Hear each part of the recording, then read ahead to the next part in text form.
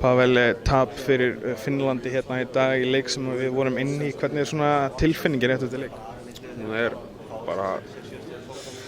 Hún ekki góð sko. Ég svo sem aldrei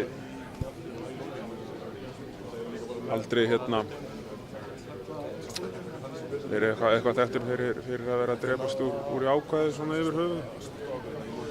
En maður hefur alltaf reynt að sjá að jákvæði í þessum landsleikjum sko. Þegar við erum með hana leikinn við erum inn í leikinn sko, svo sem þannig séð.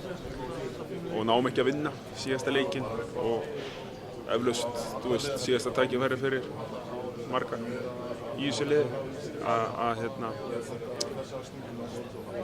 fá að vinna leik í þessari hliðina.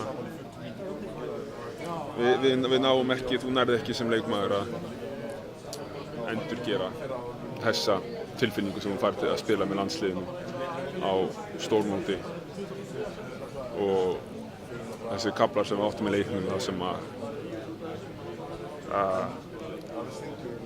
manni leiðin sem var bara þessi eining þarna og þessi samstilling sem maður upplifði með landsliðinu og hvergi annar staðar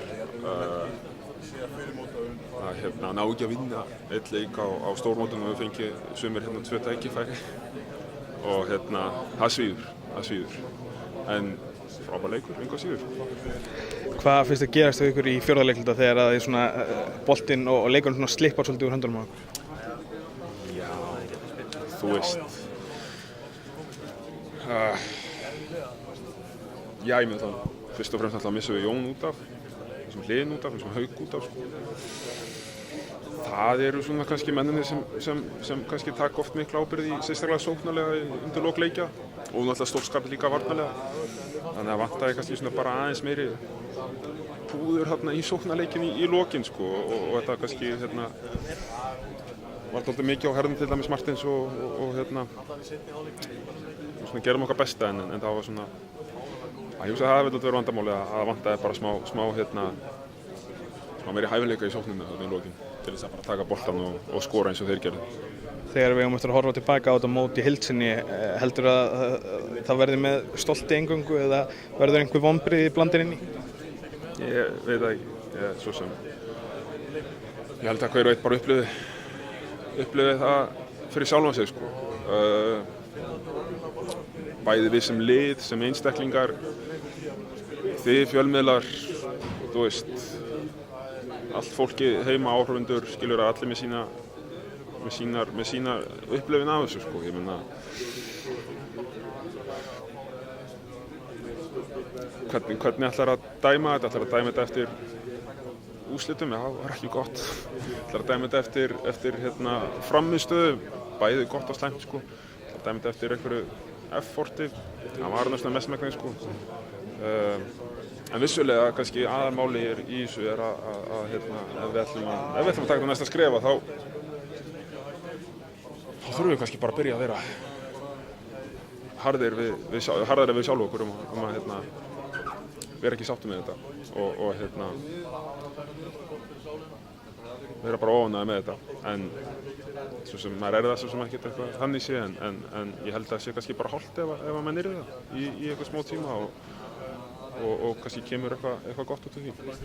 Þú ert kannski ekki rosalega gamall í körfubolta aldri en telst samt með eldri kjarna í þessum hóp. Er einhverja líkur á þetta þinn síðasti landsleikur? Ég veit ekki. Það svona fór í gegnum hugann undir að síðasta sko. Hvort þetta væri síðasta leikurinn. Ég veit ekki. Ég meina, fyrst er náttúrulega spurning hvort að þjálfarinn hafa notverðum lengur, ég sé nú ekki bara undir mér komið sko, hvort ég vilja halda áfram.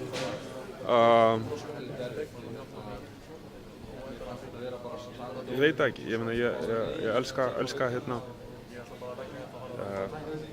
að spila með landsliðinu. Ég meina þetta er algjörlega einstakt umhverfi að vera í það sem maður er stöðugt ykkur, kannski öðru sér líka fyrir okkur, fyrir mig til dæmis sem hefur verið í KR síðustu ár og hefur alltaf verið svona í þeirri stöðu eiga að vinna sko, þá var ég núna, þá var maður leslinn alltaf að maður er þessu underdog og þegar að sko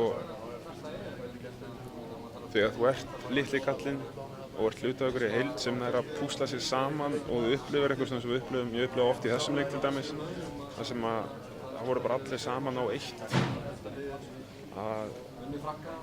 að gera sitt besta, sko, algjör fórnfýsi, algjör bara, þú veist, mjög ósjálfselst og upplifir það ekkert annars staðar, þannig að það verður erfitt að kveðja það en við sjáum bara til við þetta ekki. Bara svona rétt í lokin, stuðningsmenn Íslands, hefur einhver orð yfir frammistöðu þeirra hér í dag? Nei, bara til fyrirmyndar, sko. Eignuðu sér Finnana sem voru nú hérna eitthvað 10.000 eitthvað og hérna bara allt mótið náttúrulega, frábært, æðislegt og hérna það var svona alltaf að versta í þessu, sko, var hérna á mótinu að geta ekki svona tapa alltaf með 30 eitthvað svona sem erfitt að horfa upp í stúku, þannig að Jóna bara hefði skemmt sér, áttu góða viku, burtséð var okkur úrslitum, ég nú heitt nokkra sem skemmti sér full vel, en hérna æðislegt, ég bara þakka þeim kærlega fyrir.